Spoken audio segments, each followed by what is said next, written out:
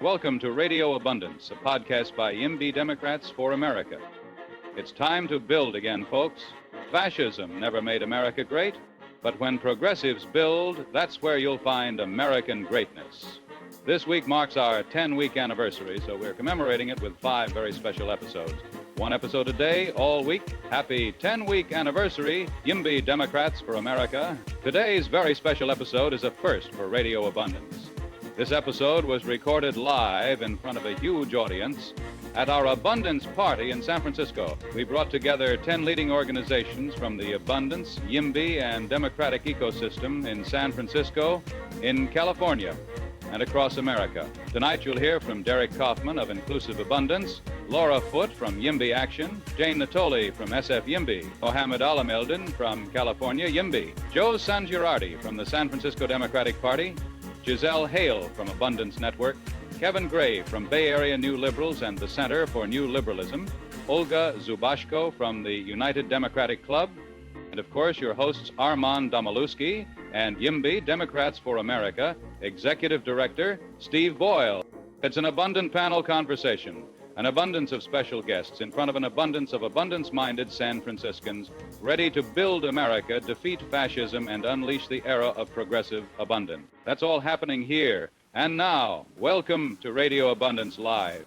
You're listening to Radio Abundance, a podcast by YIMBY Democrats for America. Now let's get to the show. Please welcome your host for the evening, YIMBY Democrats for America Executive Director Steve Boyle. And to kick things off, here's Steve. I'm Donald J. Trump, and I hate these guys. Hello, everybody, and welcome to Radio Abundance by YIMBY Democrats for America. This is a very special episode because we are live in San Francisco at the Abundance San Francisco Happy Hour. Hey, everybody, if you're here, make yourself known. Give yourself a round of applause. Thank you so much for being here.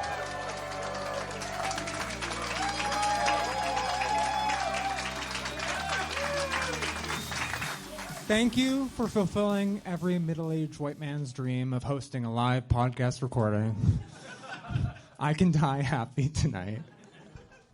I do. When people ask me why I started a podcast, I do tell them it's because I became a 36-year-old white man, and it's the law. And here we are. This is a pretty incredible event with a pretty incredible live audience. We planned this in about 2 weeks, and there are like 200 people here. This is pretty incredible. And the reason there are like 200 people here, well, there's a few reasons. One is because there are 10 organizations involved in this from all parts of the National California and San Francisco YIMBY Abundance and Democratic ecosystem, including the San Francisco Democratic Party, which is awesome. If you're excited the San Francisco Democratic Party is embracing YIMBYism and abundance, please give them a round of applause.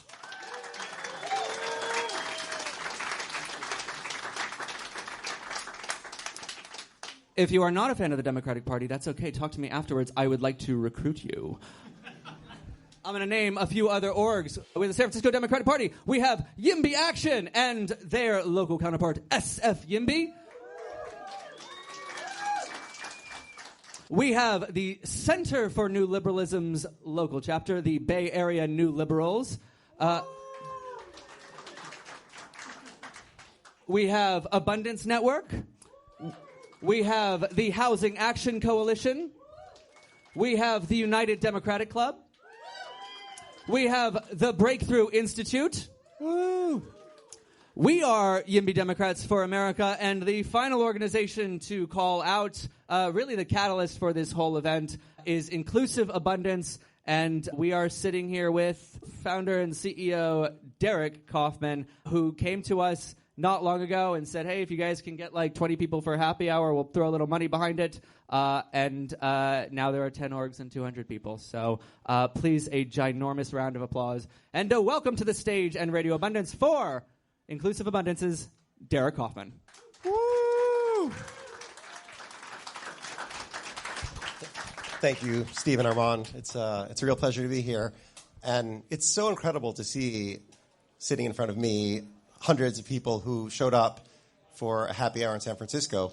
I think that Abundance has been slowly gathering momentum over the last couple of years.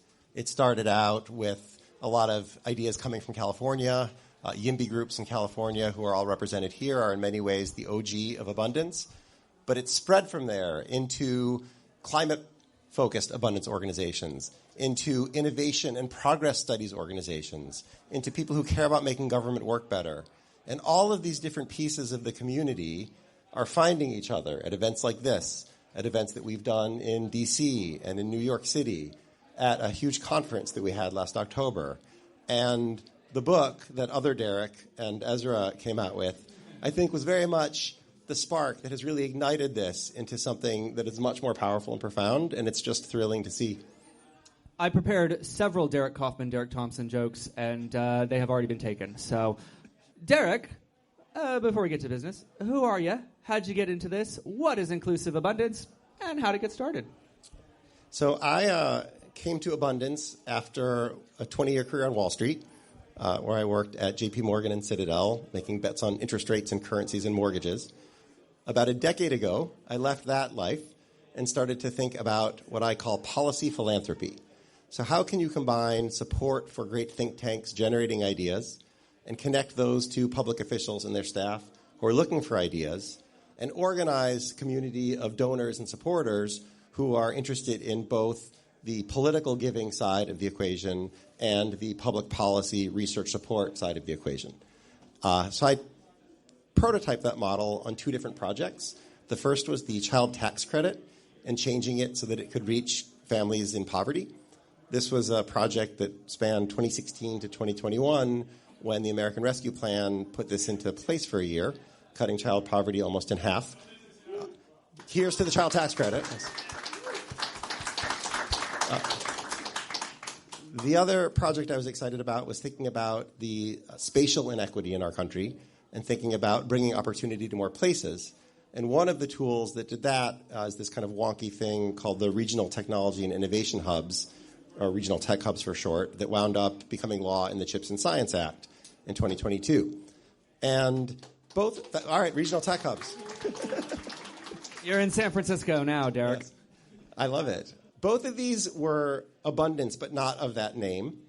And around the time when they became law was when Ezra Klein and Derek Thompson and Noah Smith and Matt Iglesias and Jerusalem Dempsis and many other thought leaders really began specking out what an abundance framework would be for solving America's problems. And we can talk more, I think, about defining abundance later. But for me, it really resonated.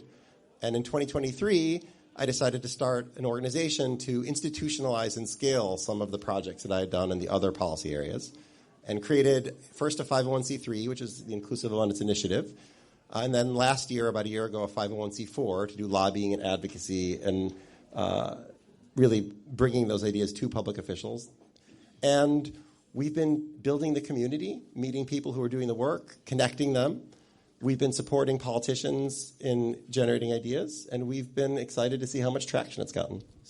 Now, we are here because Armand and I are with YIMBY Democrats for America, and YIMBY Democrats for America is here because Armand founded YIMBYs for Harris and led a ginormous, 70-plus speaker event, fundraiser for Kamala Harris. Didn't just raise about $150,000. It had more than 30,000 live viewers. We had governors, congresspeople, senators. It was very cool. And what we didn't know at the time, but as we started Radio Abundance, recently we interviewed Congressman Scott Peters, who told us that the new bipartisan congressional YIMBY caucus was actually directly inspired by our work. That what we did was to identify, and by promoting in the lead up to the event, identify how many people in Congress were YIMBYs, how many people really cared about this, that they cared about this, and that they should come together to do something about it, and that there was a mobilized and engaged constituency ready to support it. And what Congressman Scott Peters told us was that our virtual green room became a recruiting center as they started to build this. And I bring this up because recently we launched as YIMBY Democrats for America, and we launched with a fairly bold mission to defeat fascism and build America. So I was very excited about 2 days ago to open the news and see that there was a brand new bipartisan congressional Build America caucus. And then I was emailing back and forth with Derek, and Derek said, have you seen Our News? And I said, I have seen The News. I thought they were pregnant, actually, but... I didn't get that joke, but now I get it, and I'm into it. I said, I've seen The News. What the heck do you mean, Our News? And Derek, I wonder if you could tell us a little more. So, as I mentioned, a lot of this project that Inclusive Abundance is interested in is organizing the people who can affect policy change and connecting them to the ideas. And after the conference in October, it became clear a logical next step would be to create a group in Congress where abundance and those kinds of ideas could be channeled to change how the country works. I had an old friend named J.D. Grome, who had been the executive director of the House New Democratic Caucus, which is the largest ideological caucus in the House of Representatives. It's about 100 moderate Dems. He did that from 2012 to 2020. And then he worked for Gina Raimondo at Commerce doing CHIPS implementation. And after that job ended, we retained him as a senior advisor to start coordinating among bipartisan members of Congress this new vehicle. The abundance movement was clearly animating what was happening. But I think an interesting question is how we keep abundance at the federal level bipartisan. I think it's great that you guys are doing this work as YIMBY Democrats, and clearly California is a very blue state where the fight within the Democratic Party for abundance or scarcity is a huge driver of what kinds of outcomes you get. But at the federal level, for anything to be durable, it's going to have to be bipartisan, especially if it's going to achieve the 60-vote threshold to get over filibuster in the Senate. And so abundance, because of Ezra Klein and Derek Thompson's book, is a slightly left-coded word. And at the same time, many of the principles that are sitting inside of abundance are pretty ideologically ambiguous. And there's a lot of the ideas around cutting red tape and making it easier to build that come from the classical tradition of the right. But they achieve progressive ends. And so we wanted to think about a way to make sure Republicans were eager participants in this project, and Abundance Caucus wasn't necessarily the way that was going to happen. I personally wanted to call it the Get Shit Done Caucus. And I made the case when we were sitting with the founding members of that caucus, who include Scott Peters, who's amazing on a lot of these issues, and Jake Auchincloss, who I think you had, and obviously Representative Josh Harder, who's out in Stockton and is the chair of this caucus. And we bounced ideas around for the name. And in the end, abundance is also a word that's kind of an elite word right now. It's not a retail political word. What do we care about? We care about bringing costs down. We care about making it easier to build. And we care about U.S. national security. And Build America Caucus was a very simple, eloquent way to express those ideas. And so that's why we went with that name. Although in the press release that happened in the triangle outside of the Capitol on Thursday, where 15 members spoke, Get Stuff Done was repeated by over half of them. So I think in their minds it is the Get Stuff Done caucus, with Build America being the retail brand. You mentioned something really important, right, which is like Inclusive Abundance is a nonpartisan, bipartisan organization building to build those bridges and get shit done, right? And so how YIMBY Democrats for America fits in, what's exciting to us, the YIMBY movement, even before the Abundance movement, has long been proudly nonpartisan and bipartisan as a way to find common ground, break out of the partisan divide, and overcome NIMBYs in both parties. And because there are such kick-ass organizations that are nonpartisan and bipartisan, like Inclusive Abundance, like YIMBY Action, like Abundance Network, you've got it. Go, do it. And that creates a little home for us to say, hey, how can we complement you by rallying Democrats, taking this message to progressives, creating a home for people who are YIMBYs and Democrats, and working together side by side with you to make this happen all over America. Thank you. I think there are really two parallel projects that are happening here. One is, how do you build an abundance faction within the Democratic Party? I think that the Democrats could use an optimistic vision about building an economic opportunity and a focus on getting shit done. When people are surveyed about which party is the Get Shit Done party, it is not the Democrats right now. And we need to change that because it's really what the country wants. So supporting organizations that are working on the left to create abundance and fight scarcity is valuable to me and valuable to everyone in this room, and an important part of the project. Bridge building, and when I put inclusive abundance together, the goal was for the abundance actually to be inclusive. I think that's like the obvious meaning. But for abundance to be ideologically transcendental, to be ideologically inclusive, and to build bridges to the abundance Republicans who exist. And they are fighting their own fight in the party right now against scarcity factions in MAGA. And so while we see some of the scarcity on the left, which can be the what Ezra Klein calls the Marin County liberals, what happens in some of the environmental groups like the Sierra Club and the Natural Resources Defense Council, who are the number one litigants using NEPA, the National Environmental Policy Act, blocking wind and solar projects. Right? So this is the left version of scarcity. But on the right, we see a lot of zero-sum mentality with respect to trade, putting tariffs on our allies. We see zero-sum thinking around science funding. If you look, the Loan Programs Office in the Department of Energy, which is a huge funder of all sorts of next-generation electricity, is potentially going to have its funding cut in the current bill. So there's scarcity on the right and scarcity on the left, and there's abundance on the right and there's abundance on the left. And for the project to succeed federally, we're going to need to get the abundance people together to do stuff. So I wanted to take a step back and talk about sort of the concept of abundance, because one thing that's great about tonight is, like, I think there's lots of people who've read the book, get it, are excited by it. But I also, at least personally, brought a lot of people who are like, I don't know what this stuff is. And I was like, come, please. You know, we're now in a moment where we talk about abundance. Ezra and Derek wrote this book. But what that means to, like, Republicans, Democrats, it's very different. I'm curious about you, especially as someone who came to, like, abundance stuff, I think, earlier than a lot of people. What did it mean to you? How do you define it? And how do you think of the movement as a whole? Yeah. It's a really important question. When I first met Derek Thompson, he said that he was worried that abundance was a capacious word. And this is why Derek Thompson has a #1 New York Times bestseller and I don't. It is a big word. It can take on a lot of meanings.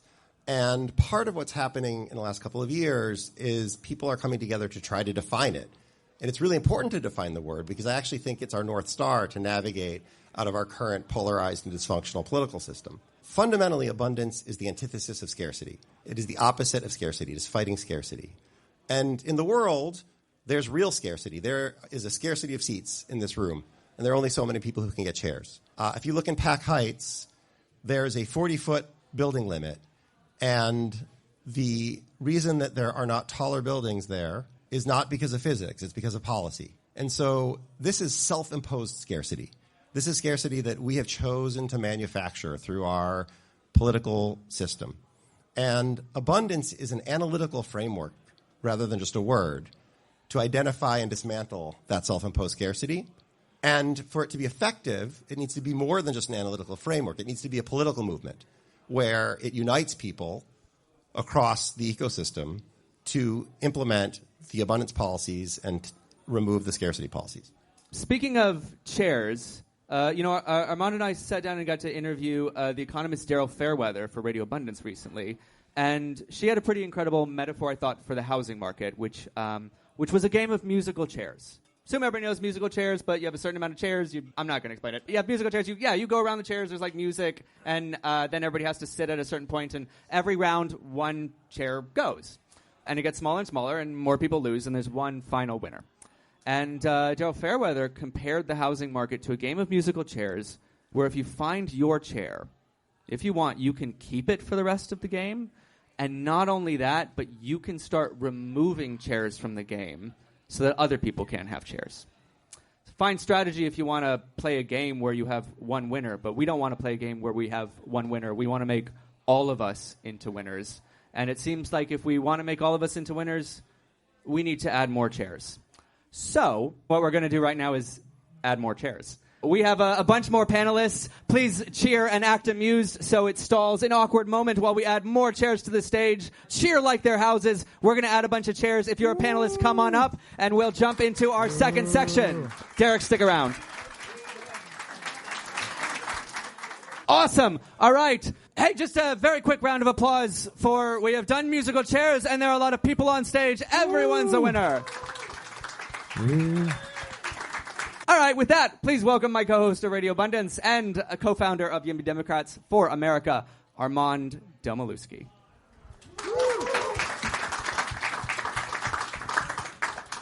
You can tell that this is like a YIMBY Abundance podcast because we just keep creating more space for co-hosts. By the end of the evening, everyone here will be on the podcast. So I wanted to kick this off because this is actually very intentional for me. The makeup of this and the abundance of this is that, so my journey as a YIMBY, I started on housing stuff. My family were refugees. We were very poor. Housing's very expensive. It was a very easy, natural fit.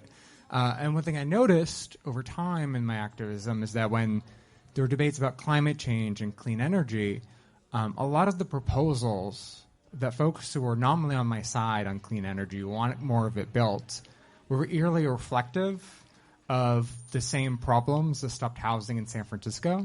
People were like, oh, we should fund groups that sue clean energy projects and oppose them because that'll help get them built somehow.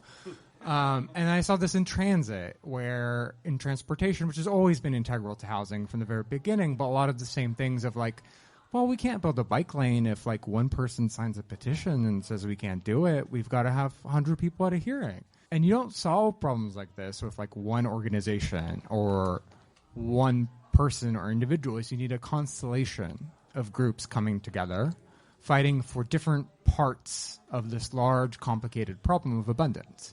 And so I would like to give everyone here on the panel like a chance to sort of introduce themselves, say who they are, and what they think like their role in abundance is and why it's so important. Giselle, kick us off. Okay. Hello. Hi. Thanks for having us. I'm Giselle Hale. I'm going to stand. I want to see the people in the back of the room. You matter. So I came to this. I'm the former mayor of Redwood City. I got into this work because my husband and I couldn't afford a place to live, plain and simple. And we really wanted to have a family, which we now have. I celebrated Mother's Day yesterday. And so... Round of applause. So housing for me was just a deeply personal need that had to be fulfilled. That chairs analogy was covered in my econ class in college. So that's an oldie but a goodie. We came into this movement when my husband joined the Abundance Network. So the Abundance Network is actually a almost 4-year-old C3, C4. It's one of the oldest actors in this space. Started here in San Francisco and was focused, very much aligned with the book, on starting where you have the root of the problem, which is us, which is this area, Bay Area. So we've been working with our chapter and organizing abundant leaders. Are there any abundant leaders who've gone through our program in the audience? Yeah, lots of you. That's great.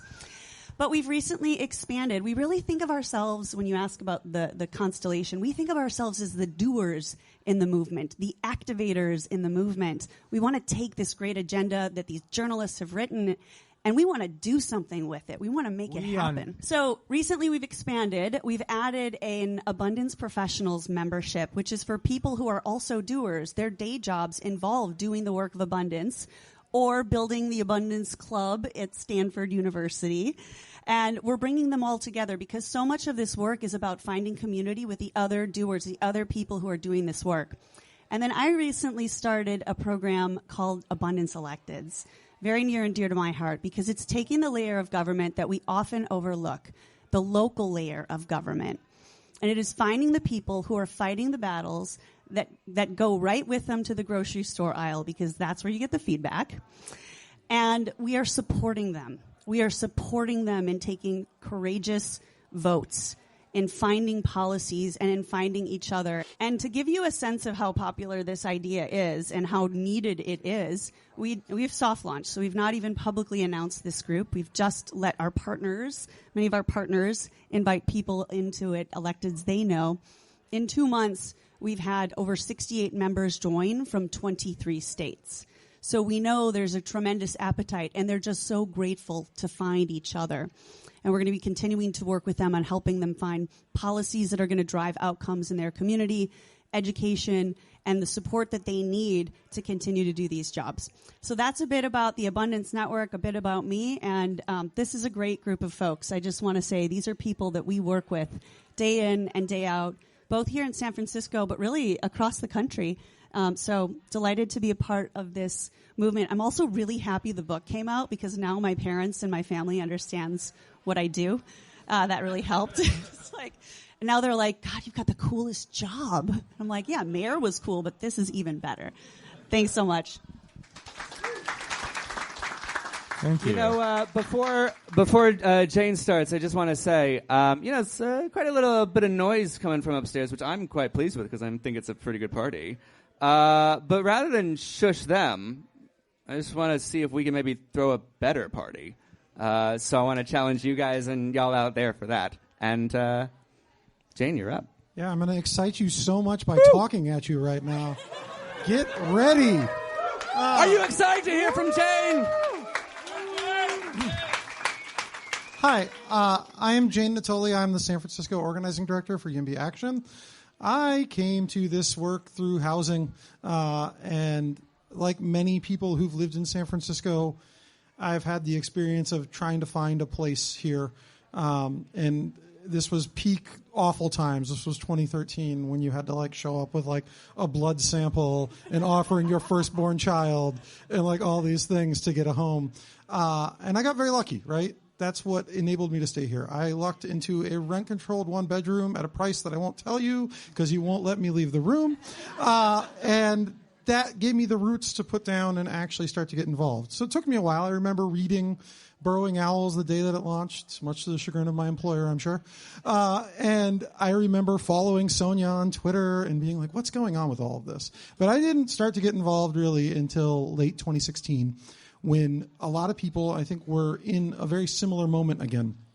A lot of people didn't know what to do after the national election and wanted to put their energy somewhere where they felt like they could actually influence things. And that energy, for me, was local. And housing was the number one issue. You can try and solve all of these other problems, but what it comes back to is we're all just paying too much to live in San Francisco. And maybe it will always be desirable. I think it's a great city. I think more people should be able to call it home. And I think it's a moral failure that we refuse to build a 5-story building because someone might get shade on their, children on the playground for 10 minutes in December. But that's unfortunately how we function here a lot. And I've been to many hearings that have enraged me along those lines. So, as someone who's been in this a long time through that lens, it's great to see more people coming together, right? It's not just a housing problem. We have this philosophy of saying no. The constituency to say no is always there. It's really easy to exist, right? Because you're there and everything is suddenly worse. After you move in, you can't change anything. It was great when you moved in. All change is bad, right? Your favorite restaurant can't close. You don't want your neighbors to move. Everything needs to stay the same, right? We have a lot of this mindset that can come. We can't see the possibilities that change brings. But that's because we're refusing to accept the fact that our status quo is not neutral.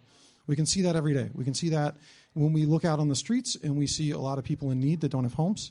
Right? Just keeping things the same is having an impact right now. We tried that for 50 years in California. It has not worked. In fact, it has made all of our problems worse. So that's how, I started to realize that we needed to make this shift. I would say on the housing front, it's been slow going, but we're getting there. Change takes longer than you wish. But I do see the seeds of that, and I see the seeds of that as well in other areas that people are starting to realize if we want things to change, maybe it's simple but not easy would be the best way to put it.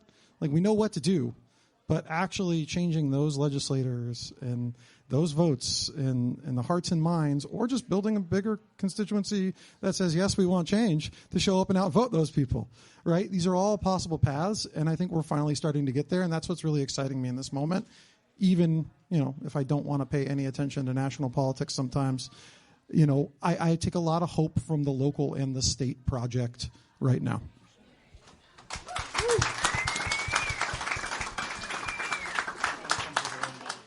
So So I'm Laura Foote. I am the executive director of YIMBY Action. So Jane's our local organizing director for San Francisco YIMBY. And we now have 67 chapters in 27 states, I think is accurate. Woo! Oh, yeah, and Giselle's a board member. Who else gets shout out? You all are probably great, too. Actually, how many YIMBY Action official members are in the room? Woo! Okay, the rest of you, what's holding you back? YIMBYAction.org/join. So I started getting involved in, and there wasn't even a this, right? I mean, I think so. Pre this, I got a letter in the mail from a nearby homeowner who was very upset that in Noe Valley, someone was going to tear down a 1-unit, 1-story building and build a 2-unit, 2-story building, and the neighborhood needed to bind together. And I was like, I am working an entry-level sales job, and I hate you. And I was trapped in a marriage that was coming to an end, and my only path was to identify the next person I could move in with, which was not the feminist dream I wanted to be living. And I eventually did find a really great boyfriend. He works in affordable housing, so that's great. But it is really true that the reason I'm here is because I was able to jump from one man to the next, and that's sick. You know, and the stories, my other friends, every single person that I met in the first year in San Francisco is now gone. Every single one had to leave, had to move back in with their parents, and the stories that they tell themselves are ones of personal failure. And I want to say to each one of them, I know that that is not your personal failure. This is our society that has failed us. That the previous generations pulled up that ladder of opportunity, and it is now our job to rebuild that ladder of opportunity. And we really can do it. There's nothing stopping us. It means identifying and building a constituency so elected officials can get to the heads of our parade. We have to be a visible, vocal parade for housing, and that's what we're doing right here in this room. That's what everybody in this room is doing some version of. And like a little bit of explaining stuff, right? So Sonia, she runs the 501c3 half of our organization, the YIMBY Law half. I run the political activism half, YIMBY Action.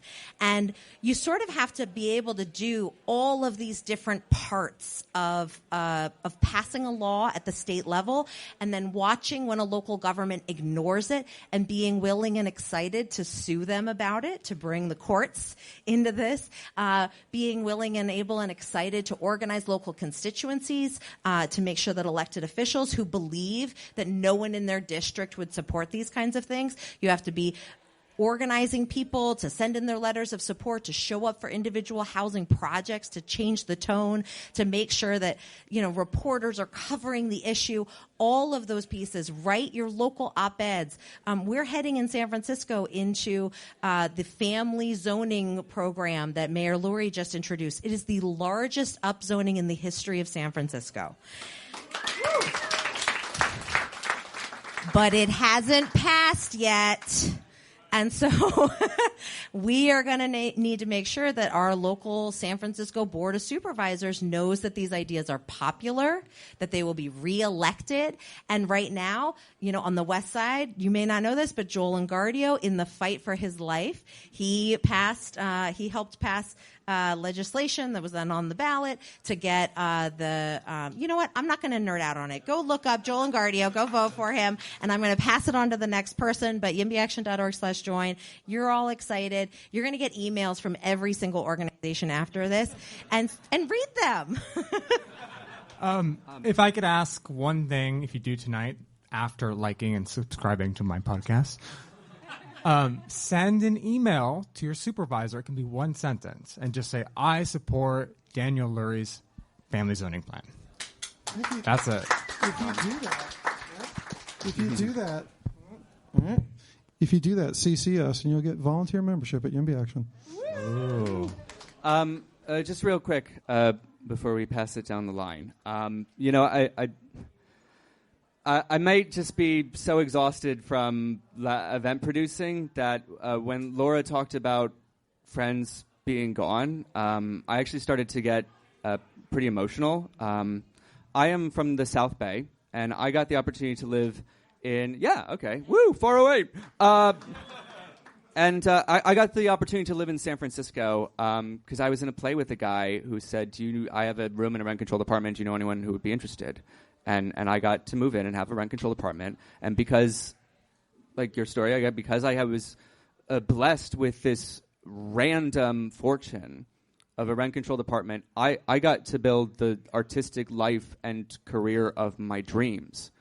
And the majority of the brilliant artists that I got to work with not only did not get those same opportunities to live out their dreams, they are gone.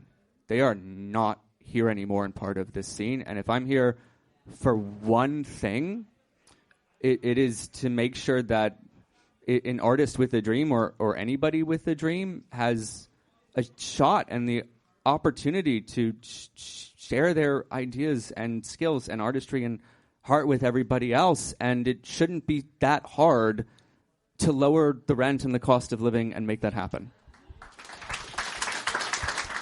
I think one of the things that I think, like, we think about this as like the tragedy of losing them, but it's also true that that we lose them as a city. We lose the vibrancy. We lose so much when people are pushed out. And another part of, I sort of joke, right? I had to go from one man's apartment to the next. Like, no, really. Not only that, his ex-wife, who was a hairdresser, could not leave that apartment. And so the three of us lived together in a one-bedroom apartment. Sam and I lived in the living room, and she got to live in the, Sam and I got the bedroom. She got the living room. And like, ha ha ha ha ha. No, it was not fucking funny, And we, right.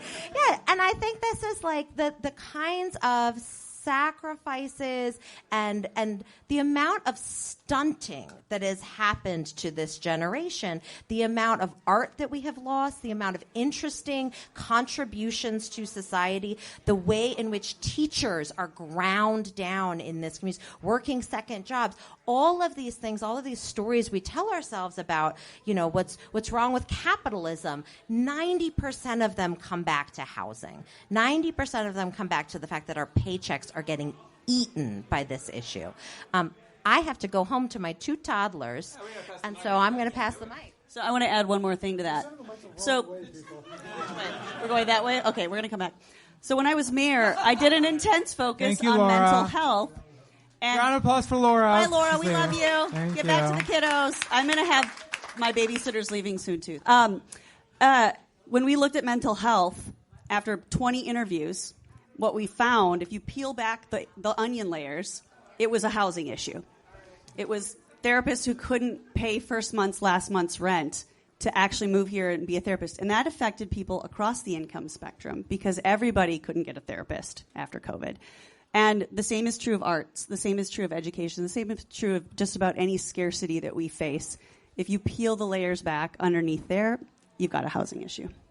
So we got like 3, 4, 7 chairs. Y'all start moving in here. We're talking about musical chairs, letting people fit in, and then we're having people stand up. Down. Come on. 7 of you. Take this, NIMBYs. Not reserved. Not reserved. Not reserved. Not reserved. Hi, Molly. So what we call an upzoning, folks. Come on. You're all friends. I joked that we'd make it through the line and then finish the podcast. That is what's going to happen, but I think it's pretty good so far. All right. Oh, look. I got a little ADU right here. Let's put this right there. Someone else could sit on that. There we go. All right. Yeah, one day. One day, actually. Yeah, I have my sunglasses on because I had LASIK and I'm sensitive to light. I'm not doing a whole Mitch Hedberg routine. Hello, everyone. My name is Mohammed Alameldin. I am the Senior Policy Advisor at California YIMBY. What is California YIMBY? Third weekend, I'm returning to California YIMBY, so I don't have the spiel down, but a lot of the statewide legislation that you're seeing passed in California is through California YIMBY. Check us out online, I guess. I'm looking at staff to see if I'm missing anything. But a little bit about me. Yeah, no, I grew up in Stockton, California, ground zero of the foreclosure crisis. My first political thing was working with Mayor Tubbs with the universal basic income. And then we were like, oh, no one could afford the rent. But, Mayor Tubbs paid me. I was like, oh, shit, dude, like interns could get paid. So I went to D.C., and I organized a whole bunch of interns to get paid, and we did it. It was like 2 people. And it was $14 million. And it was done in 4 months. We snuck it into the military energy budget. It got through the Republican Congress and signed by President Trump. Doge found it. So that's a fun little tale. But, I pass we do this federal thing. I come back. I hear of the YIMBY thing, because after the interns get paid, they couldn't afford rent. And I was like, okay, so maybe it's a housing thing. So I go on Reddit, joined California YIMBY as their first fellow in 2018, in the middle of the SB 50 fight. So, yeah, it was legendary. And I was there for a year and a half, helping organize, helping with comms, helping with digital. And then I was like, oh, housing space is a little too white. Let me join the Greenlining Institute. So I joined the Greenlining Institute, managed their housing portfolio. I think I did well, because when I left, I joined their board of directors for 2 years. And it was really trying to combine racial justice with housing, right? Housing abundance. And then I was at UC Berkeley's Turner Center for Housing Innovation, which is how most of you know me.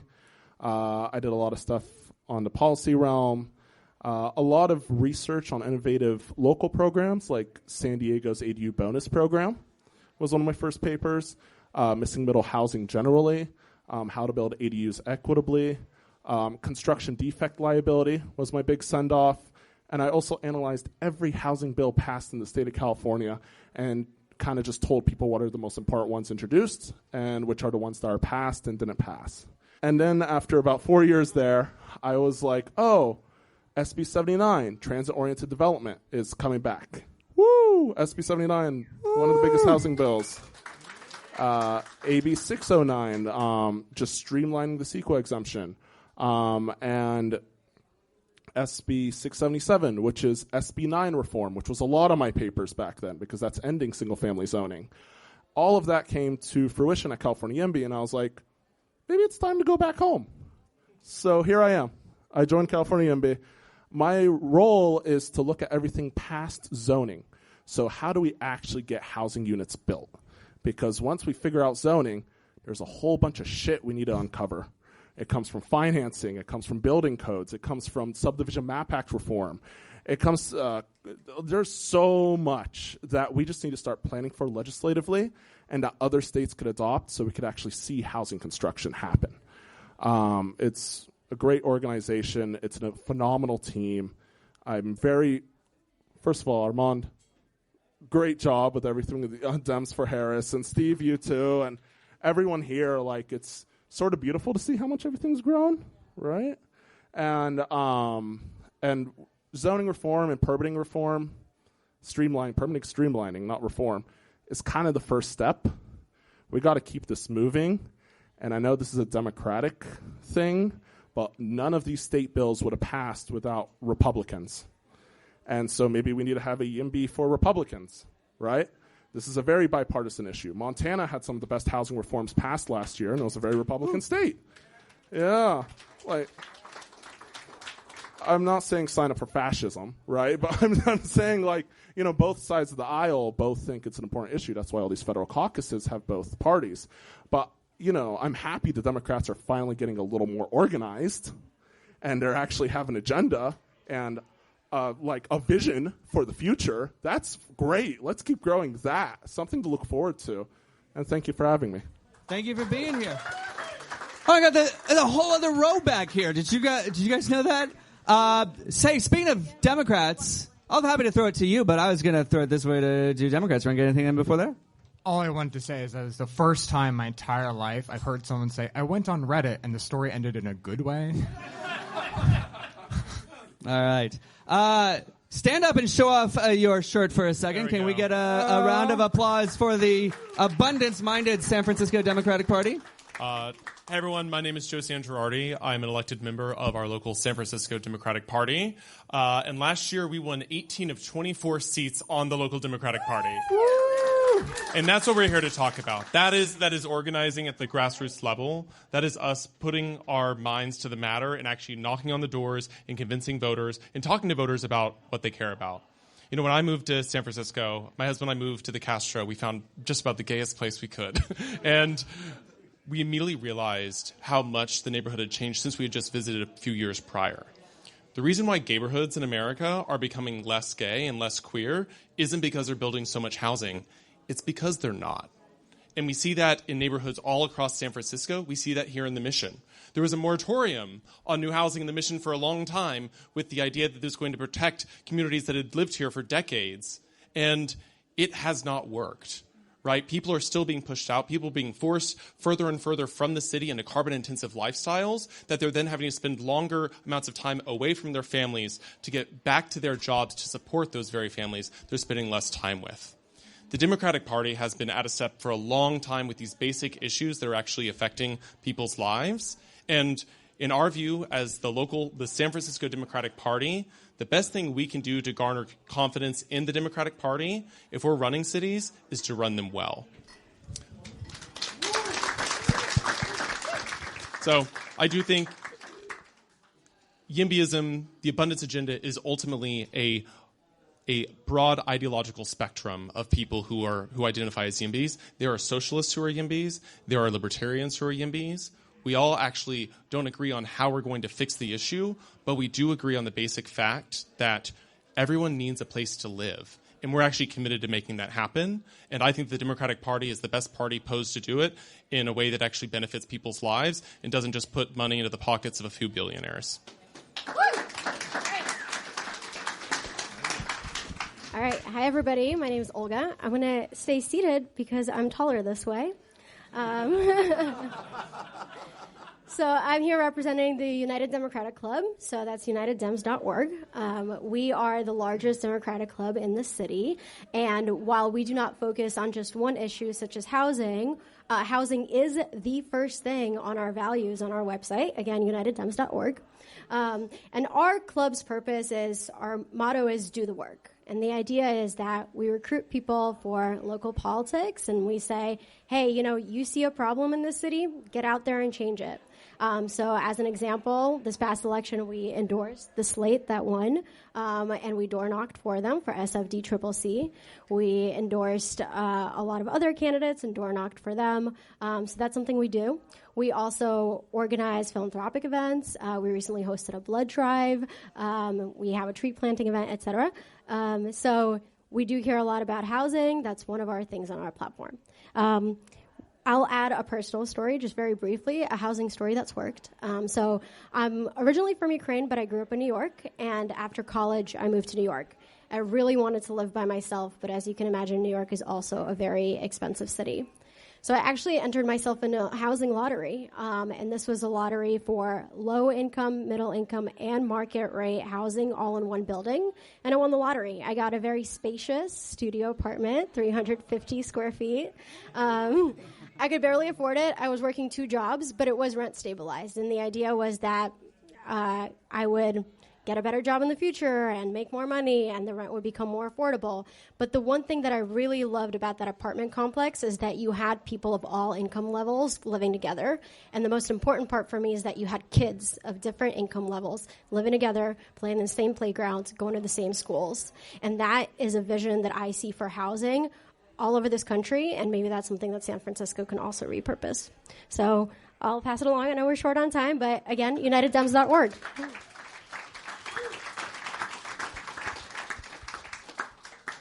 Hey, everyone. So I'm Kevin Gray from the Bay Area New Liberals.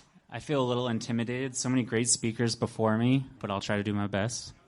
I'll just go back with who the New Liberals are. I think they're a little less known of the groups up here today. So the New Liberals, in some form, have been around since circa 2018.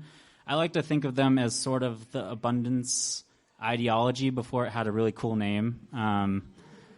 And so we have like a very holistic view on like liberalism and policy. So we are definitely very much a housing first because it's just an emergency in this country. But we also do like pro green energy or just energy construction in general. We're very pro like trade, pro smart evidence-based policy generally. We're very, very much focused on these kind of, what does the data say? Like, what are the experts saying about this? What should we be doing? And it's kind of crazy. Yeah. Let's get a cheer for evidence. Evidence-based right. policy. And it's kind of crazy because we have this housing issue, and now people are starting to come around. Maybe supply matters, and the experts haven't changed their opinion. This has been the opinion for decades, but we're just starting now where politicians starting to pay attention to what the experts have been telling us all along. So we got the Bay Area New Liberals, and we try to have a more Bay Area focused group because the Bay is really interconnected, and we want to bring communities together from all around and try to push policy together. And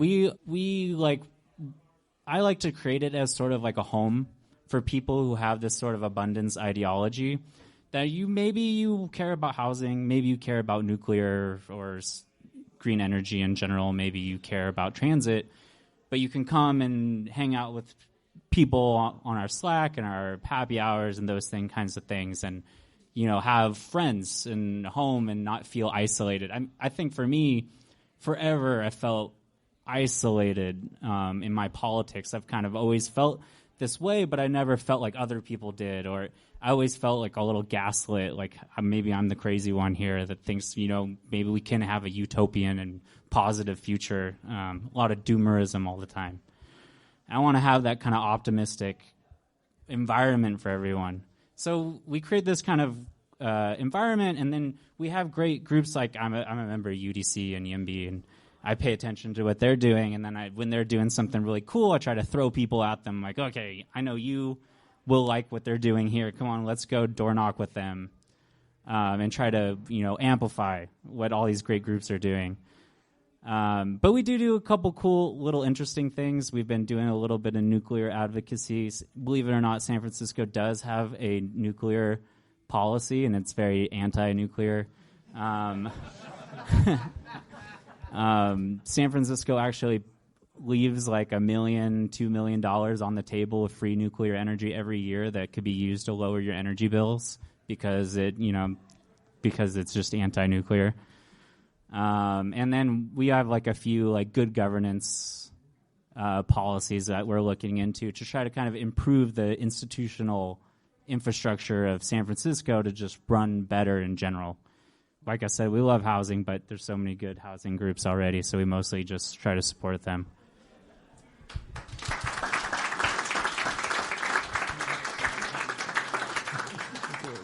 Derek, you have been very patient, which is very inclusive of you. As we start to bring this to the close, given that you really kind of catalyzed this event and set it into motion, and now there's all these people with their amazing stories and amazing work, I wonder if you have any reflections on what you've heard and the group on stage that can help us bring it home. If I could also just add, we heard a lot about housing and nuclear and stuff like that, and I think for a lot of people on the stage and in this room, we came up through the housing movement. You've come up through like science funding and energy. How do you sort of like weave all that together? First of all, thanks to you, Steve, and Armand, and everyone in this room for taking the time to come on a Monday night and nerd out about abundance. I am so excited at the optimistic vision that I've heard all of the people on stage articulate. And I think we are at a time where there's a lot of pessimism and there's a lot of doomerism, and finding a way to channel the abundance mentality to getting stuff done is going to resonate with more and more people. So what I would say to all of you is you have friends and they have friends. And the way movements grow exponentially is through socializing the idea, bringing people in. One of the challenges that I think existed until very recently is, if you believe in this, what do you do? Like, what's next? And so organizing whether you have ideas and you want to do some policy research and write a white paper, or if you want to run for office, or if you're friends with someone in office, or if you want to host a political fundraiser, or if you want to organize events. Like, there's lots of levers that you can pull.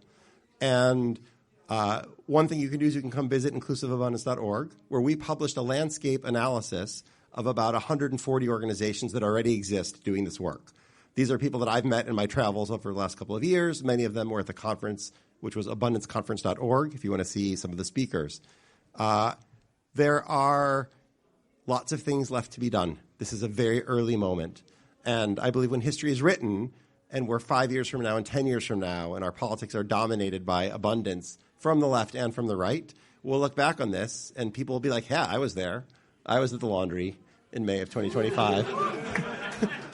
I was listening to the Radio Abundance podcast. And so it's really exciting to be early, and it's going to be more exciting when we win. So thank you all for what you do, and here's to abundance.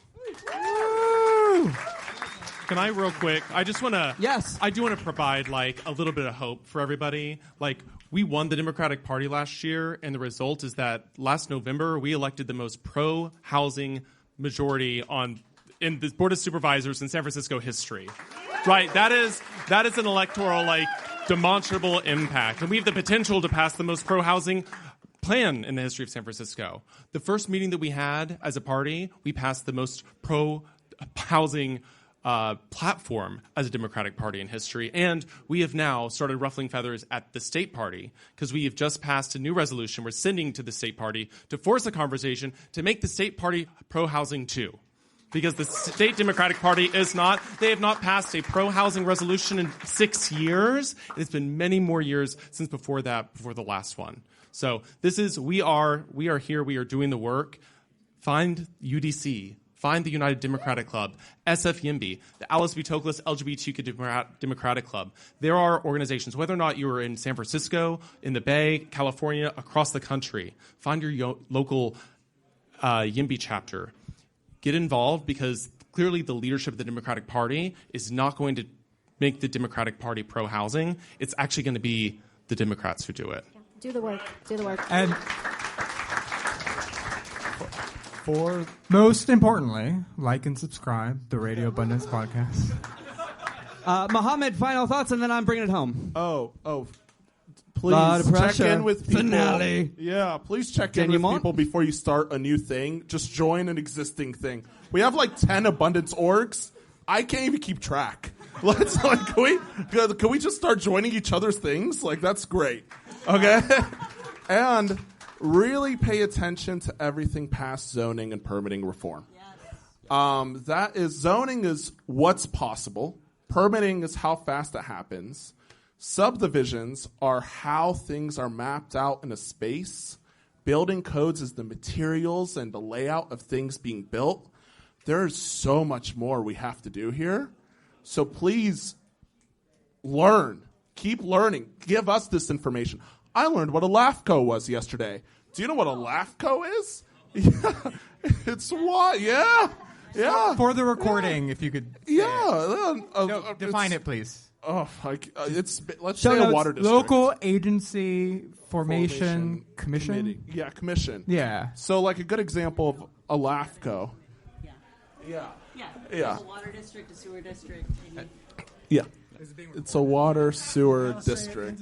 If you're going to start any sort of new committee that has governing oversight of a public entity, you would go and do a LAFCO, a sewage or water district. Exactly. For example. Well, it is that sizzling gossip that you tune into our podcast. Yeah.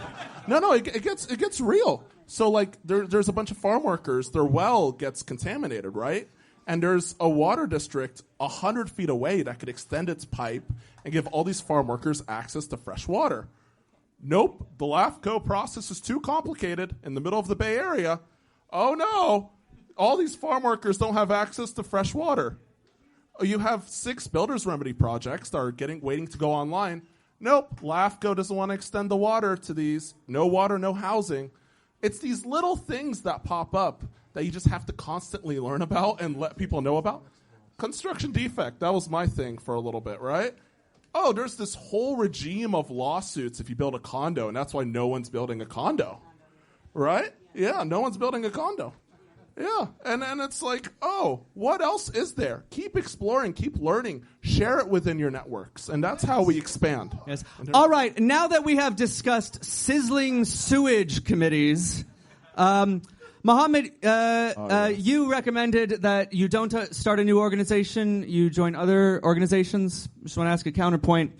What if you start a new organization, invite all the other organizations to turn out their people and share their people with each other so that everybody can join every other organization and we can build a culture of abundance and a coalition that wins and builds housing and abundance in San Francisco, California, and America. I also want to pick up on something Derek mentioned, which is the social aspect of this. Maybe people will join the abundance movement because of a book, and maybe they will join the abundance movement because of Twitter, but I think they will join it because they hear somebody that has earned their trust and that they like speak from the heart with passion and with knowledge. So make friends, tell people how you feel, speak your truth, and throw parties and spread the message of abundance. Folks, this has been your abundance ecosystem overview, tapas, small plates, omakase, appetizer platter, flight of abundance. And we are so thankful for the organizations of abundance, the culture of abundance they embody, and the abundant amount of incredibly awesome, abundance-minded people in this room right now. Can you take a moment to just give our folks on stage, but also yourselves, a big round of applause for being here, for fighting the fight, for doing the work, for showing up, for spreading the message, for meeting each other, and for everything that we will do together in years to come. Armand, final thought, and then I'll bring it home. Last thing, one easy, simple way. I know I'm housekeeping and being annoying, but to spread the message, we have a big step and repeat upstairs. If you go up there, take a picture of yourself, tweet it, post it, tag us at YIMBY Dems. That's how your friends are going to hear about it. That's how people will hear about it, and that's how we spread the message. So please, and just thank you. I'm blown away by everybody here and our speakers. This is like, I'm going to cry in a couple minutes, so thank you. I'm truly grateful for being in this fight with you. That big photo backdrop upstairs, it says on it in quite big letters a fairly bold message that I suspect a lot of you agree with, which is to defeat fascism and build America. And if that's a message that you believe in, that you want to know is what people should be focused on, go take a nice, nobody's on Facebook anymore, Tinder photo? I don't know. Whatever you want to do. This is San Francisco, so Grindr, please. Yes.